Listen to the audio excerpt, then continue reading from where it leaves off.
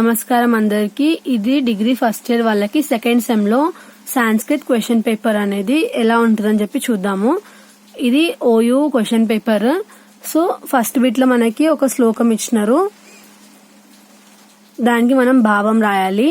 Second bit లో మనకి ఒక సందర్భ వాక్యం ఇచ్చినారు, దానికి ఇంట్రడక్షన్, సందర్భము ఇంకా భావం రాయాలి.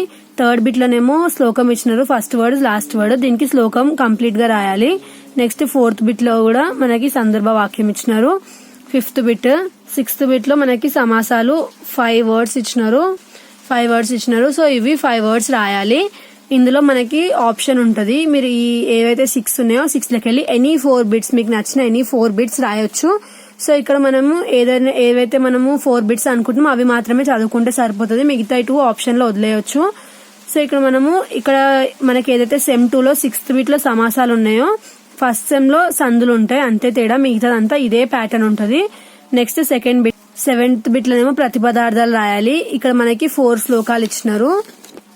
4 శ్లోకాలలో ఎనీ 2 కి మనం ఏం రాయాలి, ఇంట్రడక్షన్, శ్లోకం, పదవి భాగం, ప్రతిపదార్థం, లాస్ట్ కి భావం రాయాలి. ఏ బిట్ ఇది 7th బిట్. 7th బిట్ లో మనకి 4 ఇస్తారు, ఎనీ 2 రాయాలి. మళ్ళీ 8th బిట్ లో మనకి ఎస్ఏ ఆన్సర్స్ ఉంటాయి, 2 ఎస్ఏస్ ఇస్తారు. ఎగ్జాక్ట్ గా మీరు ఏదైతే బుక్ లో 2 ఎస్ఏస్ ఉంటాయో అవే ఇస్తారు, అందులోకి వెళ్ళి ఏదో ఒక్కటి రాయాలి. నెక్స్ట్ 9th బిట్, ఇది మనకి ఇంటర్నల్ చాయిస్, ఎనీ 4 రాయాలి. Next 10th bit. సో ఇక్కడ 10th బిట్ లో ఎనీ 5 వాటికి సమాసాలు అనేటివి రాయాలి. ఇక్కడ మనకి మొత్తం టోటల్ ఎన్ని బిట్స్ ఉన్నాయి, 10 బిట్స్ ఉన్నాయి. సో ఫస్ట్ పార్ట్ ఏ లో మనకి ఎన్ని ఉన్నాయి, పార్ట్ ఏ లో 4 5 20, అంటే 4 బిట్స్ రాస్తే ఈచ్ బిట్ 5 మార్క్స్, 20 మార్క్స్ వస్తాయి. నెక్స్ట్ సెకండ్ బిట్ ఏంటిది, 4 బిట్స్, 4 క్వశ్చన్స్ రాస్తే ఈచ్ 15 మార్క్స్, 60 మార్క్స్ వస్తాయి. సో ఇది మనకి 60 + 20 ఎంత, 80 మార్క్స్ వస్తాయి. మిగిలిన 20 మార్క్స్ మీ ఏదైతే కాలేజ్ ఉంటుందో అది వాళ్ళ ఇంటర్నల్ ఎగ్జామ్స్ ప్లస్ రికార్డ్ ఏదైతే ఉంటుందో వీటి మీద మీకు 20 మార్క్స్ వేస్తారు. ఎగ్జామ్ మీకు 80 మార్క్స్ ఉంటుంది. పార్ట్ ఏలో 6 క్వశ్చన్స్ ఉంటాయి, పార్ట్ బిలో 7 8 9 10 ఉంటాయి, 4 క్వశ్చన్స్ ఉంటాయి. సో ఇక్కడ 6 క్వశ్చన్స్ లకి వెళ్ళి ఎనీ 4 రాయాలి.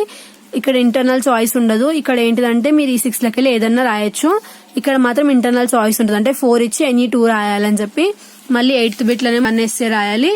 9th బిట్ లోనేమో ఏవన్నా ఒక 4 ధాతువులు, అంటే మనకి ప్రెసెంట్ పాస్ట్ టెన్స్ ఉంటాయి కదా, సో అవి ప్రెసెంట్ పాస్ట్ ఫ్యూచర్ టెన్స్.